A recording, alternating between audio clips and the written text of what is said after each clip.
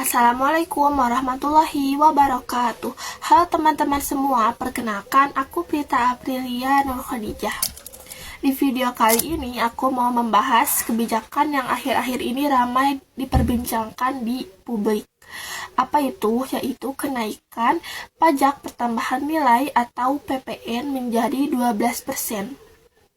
Yang mau aku bahas adalah apakah kebijakan ini akan membantu ekonomi di Indonesia atau malah menjadi beban bagi rakyat. Yuk kita bahas berdasarkan data dan penelitian para ahli. Yang pertama, aku mau membahas dampak pada inflasi dan harga barang. Pertama, kenaikan PPN ini tentu akan membuat harga barang menjadi naik. Menurut Al-Amar, produsen seringkali menaikkan harga untuk menyeimbangi pajak, dan ini bisa memicu inflasi. Jadi enggak heran kalau masyarakat langsung merasakan dampaknya. Yang kedua adalah PPN ini bisa menimbulkan penurunan konsumsi. Dengan harga barang yang naik, daya beli masyarakat otomatis jadi turun, terutama untuk kelompok berpenghasilan rendah. Lozano dan Rodriguez menunjukkan bahwa konsumsi rumah tangga bisa sangat terpengaruh karena orang jadi lebih hemat buat beli kebutuhan pokok. Terus, dampaknya pada pertumbuhan ekonomi. Di sisi lain, kalau pemerintah bijak dalam menggunakan pendapatan pajak, kebijakan ini membantu ekonomi jangka panjang. Kata Bay dan kawan-kawan, uang dari PPN bisa dipakai buat membangun infrastruktur atau meningkatkan pelayanan publik. Ini bisa memperkuat daya saing kita di masa depan. Terus yang keempat, ketimpangan sosial juga bisa terjadi. Kita gak boleh tutup mata terhadap ketimpangan sosial. Menurut Amor dan kawan-kawan, PPN adalah pajak yang regresif. Apa artinya? Artinya beban pajak terasa lebih berat bagi kelompok miskin dibanding kelompok kaya. Ini bisa memperlebar jarak sosial kalau enggak diantisipasi. Yang kelima, dampaknya pada investasi ini apa sih?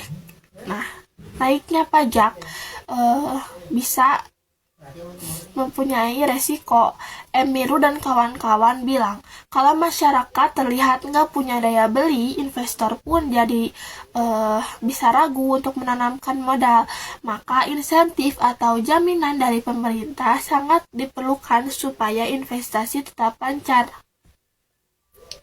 Terus, kebijakan pendukung pemerintah yang seperti apa yang bisa mengurangi dampak negatif dari kebijakan ini? Yang pertama ada subsidi barang pokok atau harga kebutuhan sehari-hari tetap terjangkau, seperti subsidi harga minyak atau beras dan lain sebagainya. Yang kedua adalah ada program bansos seperti BLT atau bantuan langsung tunai untuk masyarakat kecil.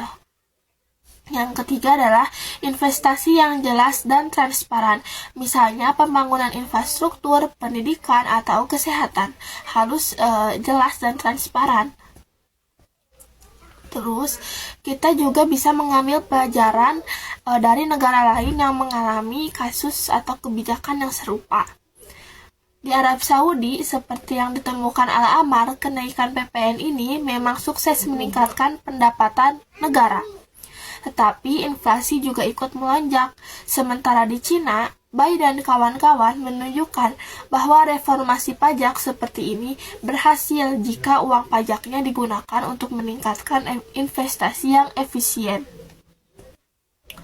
Nah, setelah pembahasan yang tadi, aku akan kasih kesimpulan. Kesimpulannya, kebijakan PPN 12% ini bisa berhasil kalau pemerintah siap dengan kebijakan pendukung yang kuat. Tapi kalau enggak, dampak negatifnya bisa terasa. Dampak negatif seperti inflasi, penurunan konsumsi, dan ketimpangan sosial itu bisa terasa nyata. Terima kasih sudah menyimak video ini. Mohon maaf apabila selama penyampaian ada kesalahan kata atau sesuatu yang kurang berkenan. Wassalamualaikum warahmatullahi wabarakatuh.